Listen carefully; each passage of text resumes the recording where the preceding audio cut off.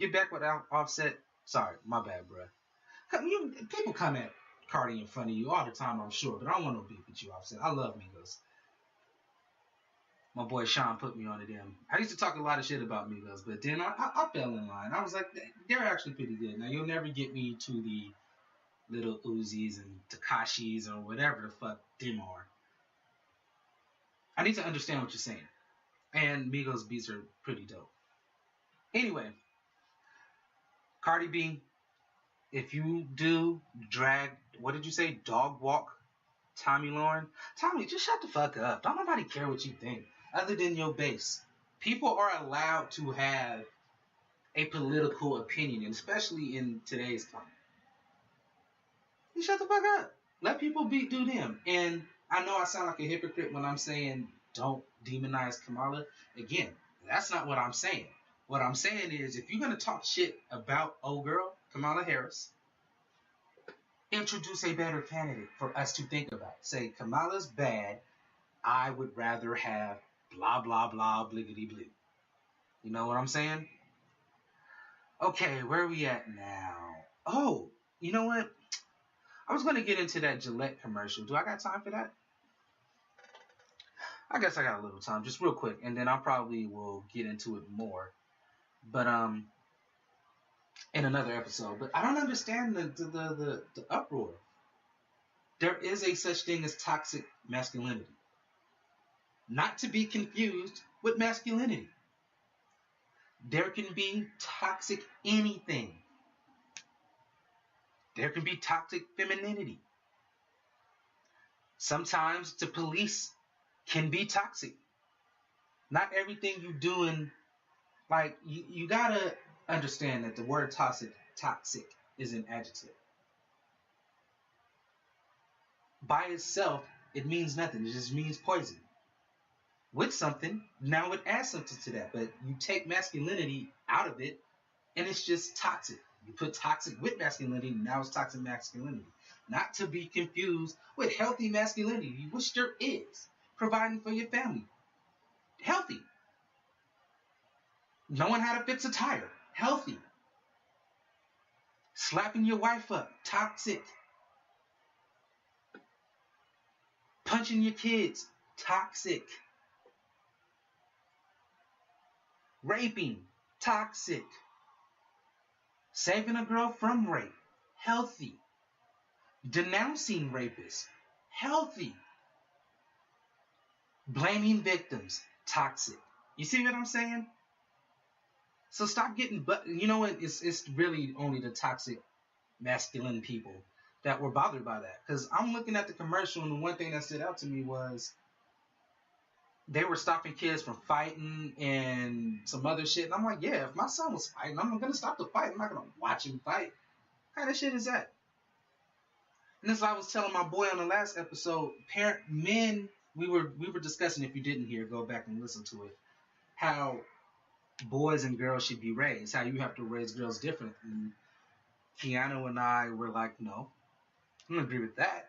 You're supposed to raise kids based on their personality, not based on their gender. And until men decide to raise these boys different, we're going to have a rape culture. Do know, guys, men, that at one point it was legal to rape your wife? Because y'all was married, she was seen as your property, you could legally rape her. She couldn't say shit. That's not toxic to you? So now, especially in the workspace, you could grab some asses. And girls would get fired for being upset about that. Now they're fucking tired of it. So Gillette is on the right side of this. Now, it's a commercial. Everybody's pandering. It's to make money. And then we'll get into next episode how Nike ran that Kaepernick ad and still, donated to the Republican Party. But I don't care about that. You can spend your money and donate to political influence. Do you? That don't mean you can't make good social content because we disagree on politicians. So, like I'm saying, Gillette, right side, this is what needs to happen. We have to change the generations after us so that motherfuckers like Trump can't get in talking about grabbing pussies and shit. Toxic masculinity. Grabbing a pussy without the pussy's approval is toxic masculinity. I don't know what to tell you. Get over it. You'll be okay. I be sounding like some little bitches out here talking about masculinity. Okay. Last thing. Valentine's Day is coming up. You're going to get with your boo thing. You're going to do some nasty things after you eat them chicken wings. Is chicken wings a good Valentine's Day? I don't know. I never do anything for Valentine's. I think it's a scam. And I refuse. But for those of you who are in love, and you know what? No, this is anyway. In preparation for Valentine's Day, I'm going to tell you 11 ways to tell if your partner loves you. Or what's the according to psychologytoday.com, ways to tell, if your lover loves you. These signs provide clues to their true feelings. So, before Valentine's hits, let's see if your partner really truly loves you. How much time you got? Okay, we doing really good. All right. Number 1, wants to spend time with you. Wanting to invest time into your relationship is a key indicator of successful long-term intimacy. According to one recent theory, although both of you may be tied up with work, family, and other commitments, someone who truly cares about you will use whatever time is left over to have some alone time together. That's a big one. You know, times get busy, and what's the saying? People aren't busy. They're just too busy for you. If you have the time, you'll make it. That's just how it goes. Number 2, ask about your day. During that time you spend together, does your partner ask about and show interest in the high and low points of your workday? Couples build their love for each other, not necessarily on the ethereal, but on the practical supports that keep communication routes open. All right, let's ask about your day. So what that bitch can say today? Fuck that bitch. Yeah, baby, you right. Just ask, care. I mean, well, if they're doing this is according to Psychology Today. If they, love you. Number 3, trust you. Partners who truly care about you will give you the benefit of the doubt. Research shows that in successful long-term relationships, partners want to have a sense of knowing where their mates are at any given time. However, they don't have the wish because of worry that their partners might be up to something nefarious. A partner who doesn't question where you are if you come home late or doesn't snoop through your cell phone bills is showing the kind of trust that's true caring. I want to make sure I read that right. Are they saying a partner who doesn't question where you are if you come home late or doesn't snoop through your cell phone bills is showing the kind of trust? Oh, trust. Okay. Yeah. Snooping. Don't do that shit. That ain't trust. You don't really love the person if you have to go through that shit. I'm a firm believer in that. I don't, because again, just because you go through somebody's shit or you're afraid of them cheating on you doesn't mean they're not going to do it. You're just wasting your peace on nonsense. Okay, number 4. Helps you when you need it. As busy as we all get, adding extra chores or duties to your day may be the last thing you feel like doing. However, if your partner is a technophobe and you're techno-savvy, you'll help out when something goes wrong with your home Wi-Fi network. Similarly, if you absolutely need something from the drugstore and are too sick to go there yourself, a partner who cares about you will run a rescue mission and get you that cold medicine. Yep, that's how it works. We don't want to be doing the shit, but you got to do the shit. That's what love is, man. All right, number 5. Shows respect for your views. If recent research on complementary in relationships is true, it's possible for you and your partner to be on completely opposite poles of the political spectrum and still remain happy together for years. I'm not sure how true that is, but Arnold Schwarzenegger, is he still married? Anyway, if he is, his wife is a Democrat. He's a Republican.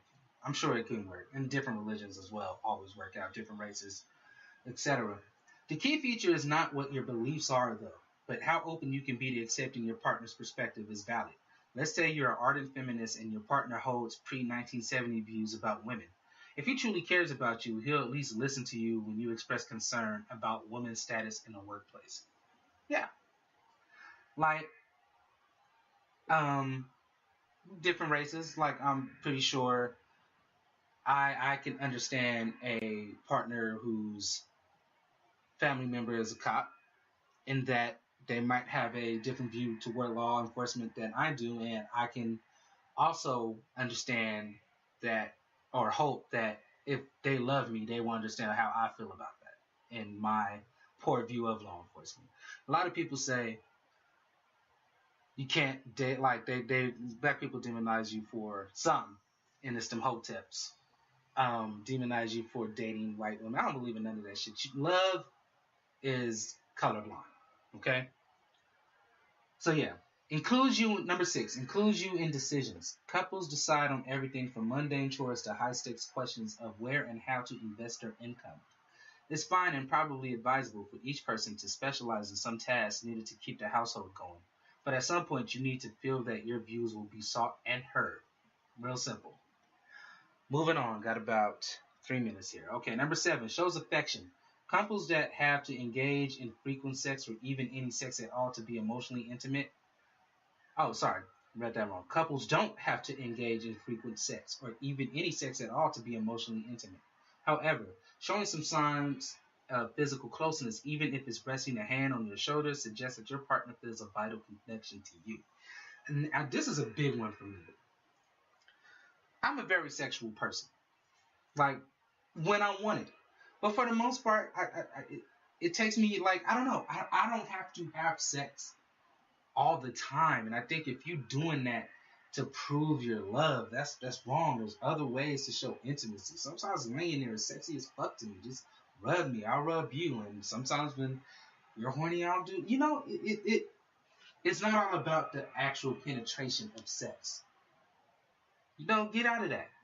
That's all I see. Is sometimes I think people talking about, if we don't fuck all the time, we can't be together. What the fuck? What? Don't y'all do other shit? Don't y'all got kids? Some of y'all, I mean, that's cool if you in college or whatever the fuck, but us grown folk got shit to do. I can't be fucking all the time. I need my energy for work. And I need my energy to choke my son out when he ain't doing what the fuck he's supposed to do. And I can't just be in the bed fucking talking about, hey, I'll get to you later. No, it don't work like that. Anyway, number 8, looks at you. The nonverbal cues that partners share with each other reveal their deeper feelings. If your partner looks at you while you're talking, or if you catch him or her darting a glance your way, this suggests that he or she takes pleasure in being with you. The two of you don't need to spend hours gazing into each other's eyes. That would be creepy. Even a quick glance can be enough to send positive love-confirming vibes. Number 9, likes to talk about the past. Couples who spend time reliving their enjoyable moments from the past and do so in a positive and supportive way can strengthen their ties in the present and future. If your partner uses phrases such as "remember the time we," and then proceeds to tell a great story from your past, which you might not even recall, it suggests that you and your shared experience play an important role in your partner's mind. Okay, where we at? 1 minute. Okay, number 10 is willing to go to bat for you and your relationship. And number 11 makes you feel good about yourself. Can't read all those. I'm running out of time. Running out of time in one of my businesses. Look, you know if you're loved. You know.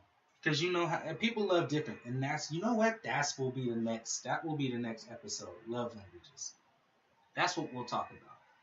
So, tune in the next week.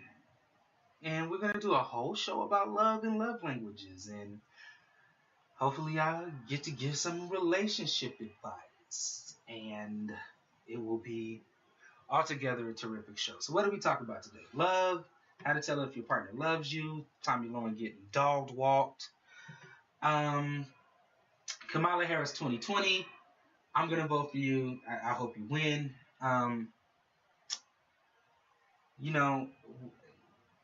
Try to stay away from toxic people. As always, I got to end with that. Toxic things, you know what it is. And I'm going to end here. Thank you for being with me, Universians. This has been episode 32 of Hotbox the Podcast. I know it was a little choppy trying to figure out this mic thing. It will get better, like I always say. Smoke a lot of weed. have a lot of sex, meditate more. This has been